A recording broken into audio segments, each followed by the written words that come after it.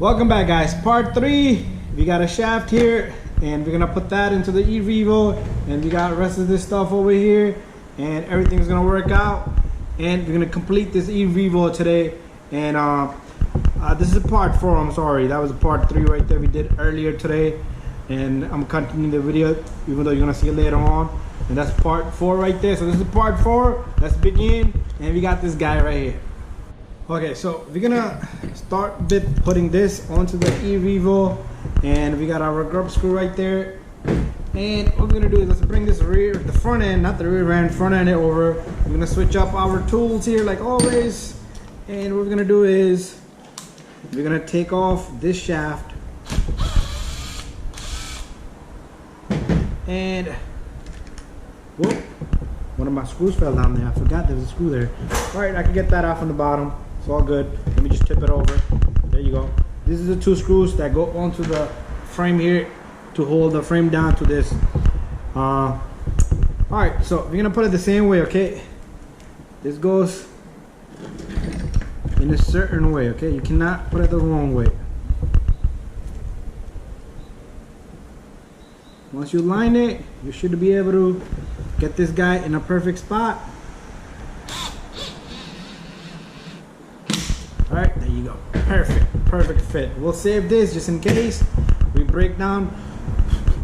And it's time for us to take the EREVO front end, place it in there, easy and gently, okay?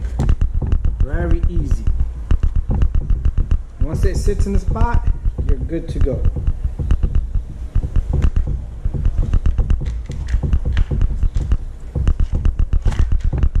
There you go. Perfect. Snapped in.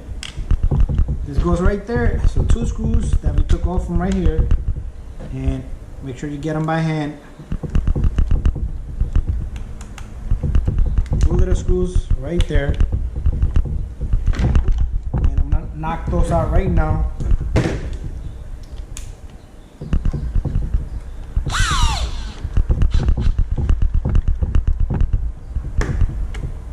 Oops, let's look in the bottom because we don't want our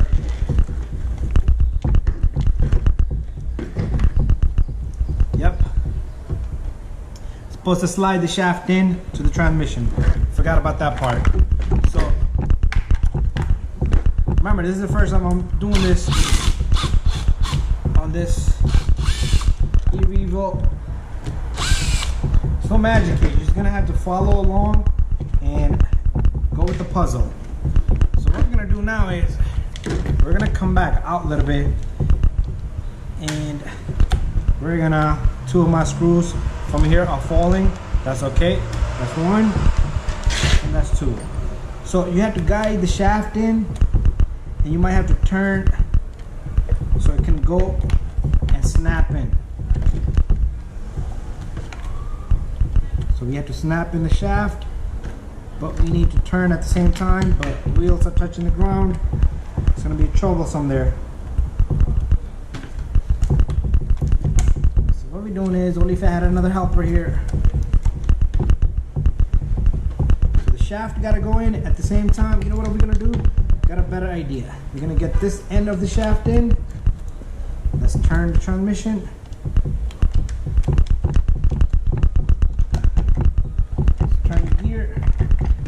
I'm gonna get this side of the shaft in, and make sure you bring up the side where, and where's our grub screw? Right down here. That goes in, and this guy goes in.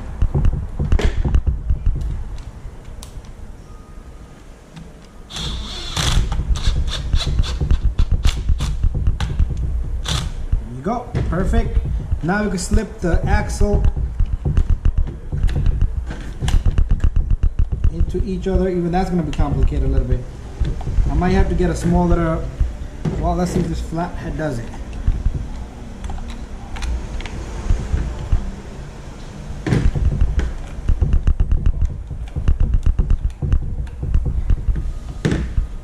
Oh, might have to go get something. When it got me this little pick here, that's going to fork up the shaft for me. Right now, all we need to do is meet the shaft, male into female,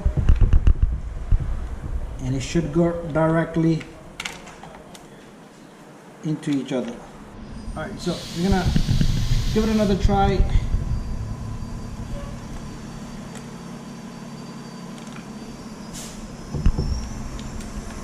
Give it another try. Just need a lot of patience with this little car. If you have no patience, then it's not gonna work out. Because I'm the kind of guy that doesn't have patience. I had to create those patience.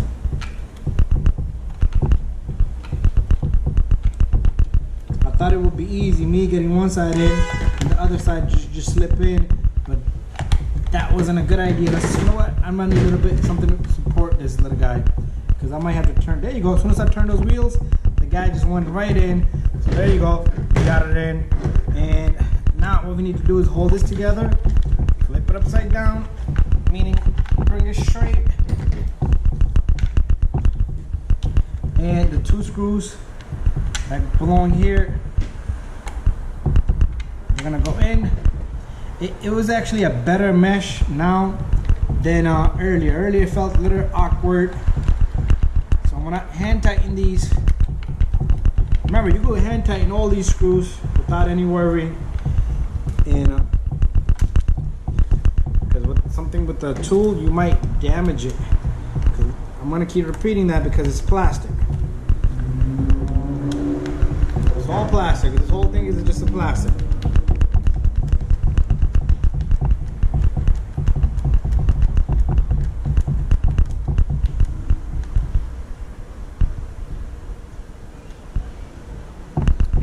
Small letter. Okay, that's not a problem.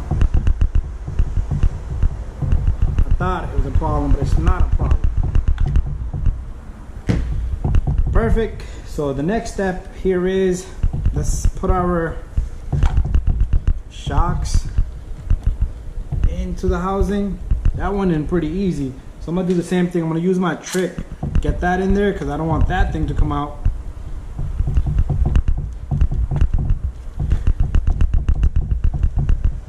That's all I can say. Thumbs up. Let's remove this. Let's get our center brace here into position. Okay, be careful with the harness here. Almost crunched that harness. Perfect. And let's put this in. Let's put this in. Okay. I have a smile on my face right now because this guy is sitting around for probably over a month. So this guy goes in next.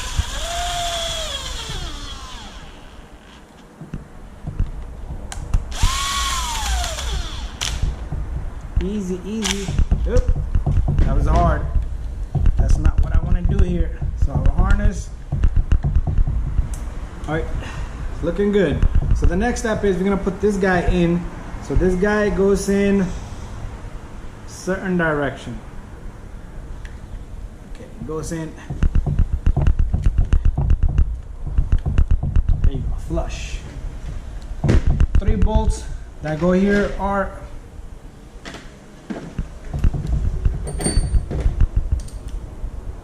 this is 1. This is 2. 2 little tight spots. And I already dropped the 1.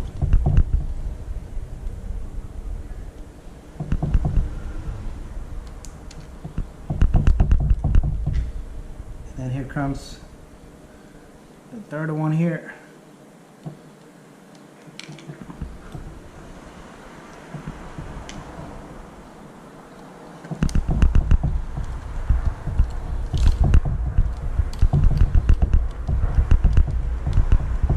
So make sure you push it in when you're tightening this, and that should hold it flush.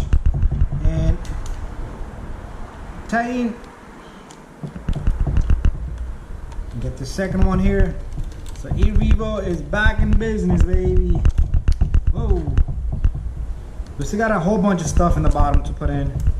And you're not gonna see me do none of that stuff. So it's just trays and covers in the bottom. But we still need to put the linkage in for the steering.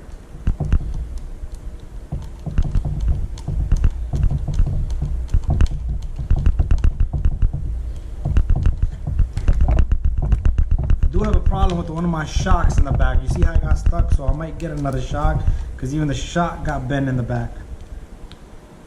It won't lift back up because the shock gets jammed up in the center. Just the shaft right through the shock is bent. So there you go. That's all done. You see this? It won't lift back up because it takes time for it to release. So anyways, let's go in the bottom. And I want to thank you guys for watching my video. And I got some great videos coming up. And you guys are going to see all that. And I do have a video on how to align these steering servos. And that's very, very important, as I mentioned before. Or you will damage everything. So this one turned a little bit on me, so we're gonna turn it back. I didn't move anything here because if both of your servos are in different position, they're gonna fight against each other and they're gonna damage each other, and you don't want that. So make sure you align it, meaning you disable everything. You shouldn't hear any type of noise coming out of the servos, and you do a little bit of adjustments, and you can do all that. Trust me.